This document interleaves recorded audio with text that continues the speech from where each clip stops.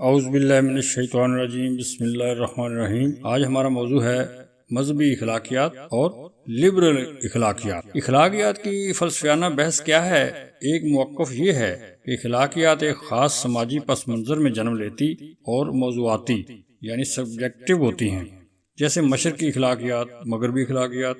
دین اسلام ہماری مطلق آزادی کا قائل نہیں، وہ اسے ان اخلاقی اقدار کا پابند بناتا ہے جس کا احساس اس کی فطرت میں رکھ دیا گیا ہے، جس کی یاد دہانی اللہ تعالیٰ کے پیغمبر کراتے رہے۔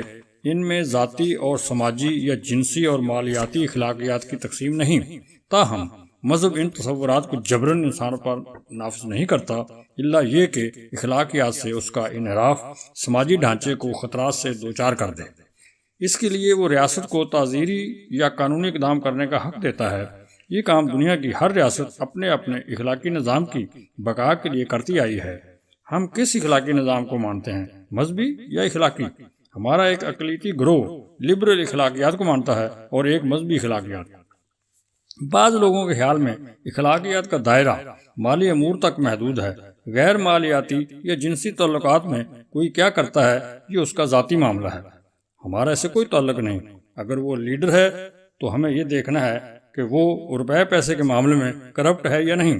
ان کے سامنے اگر لیڈر کی کوئی ایسی بات آئے جو غیر مالی امور میں اسے کرپٹ ثابت کرتی ہو تو یہ بات ان کے لیے اہم نہیں ہوتی۔ ایک گروہ وہ ہے جو سمجھتا ہے کہ اصل اخلاقیات تو جنسی ہیں۔ ایک آدمی کاروبار اور سیاست میں اگر کرپشن اور مالیاتی بے قاعدگی کی شہرت رکھتا ہے لیکن ذاتی طور پر مذہبی ہے، نماز پڑھتا دکھائی دیتا ہے، روزے رکھتا ہے، رشتوں کا احترام کرتا ہے، جنسی معاملات میں اس کی شہرت پلے بوائے کی نہیں ہے، تو اس کو اخلاقی طور پر بہتر آدمی سمجھا جاتا ہے۔ اس کی مالیاتی کرپشن یا قانون کی پامالی انہیں پریشان نہیں کرتی۔ ایسے افراد کو اپنا لیڈر ماننے میں انہیں کوئی ہچکچاہٹ نہیں ہوتی۔ ہم میں سے کوئی بھی مثالی نہیں، مگر اس کا احساس ہمیشہ رہنا چاہیے کہ ہمیں اخلاقی طور پر خیر کی طرف بڑھنا ہے۔ اس کے لیے پہلی منزل اخلاقی تصورات کا ابہام سے پاک ہونا ہے۔ یہ ممکن ہے کہ ہم ان پر پوری طرح عمل نہ کر سکیں، لیکن ہم پر یہ واضح ہونا چاہیے کہ کیا چیز اخلاقی ہے اور کیا چیز غیر اخلاقی۔ اس کا ایک ہی پیمانہ ہے کہ جسے میں اپنے لیے روا رکھتا ہوں یعنی پسند کرتا ہوں، کیا اسے دوسروں کے لیے بھی جائز سمجھتا ہوں؟ جو میرے لیے اخلاقاً درست ہے کیا میری بیوی کے لیے بھی درست ہے؟ نبی اکرم صلی اللہ علیہ وسلم کا ارشاد گرامی ہے کہ وہ شخص برباد ہوا جس کا آج اس کے گزرے کل سے بہتر نہیں۔ یہ اخلاقی ارتقاء کا درس ہے۔ ہم اپنے اخلاقی تصورات کو کسی مفاد، محبت، نفرت، تعصب یا رد عمل کا یرغمال نہیں بنا سکتے۔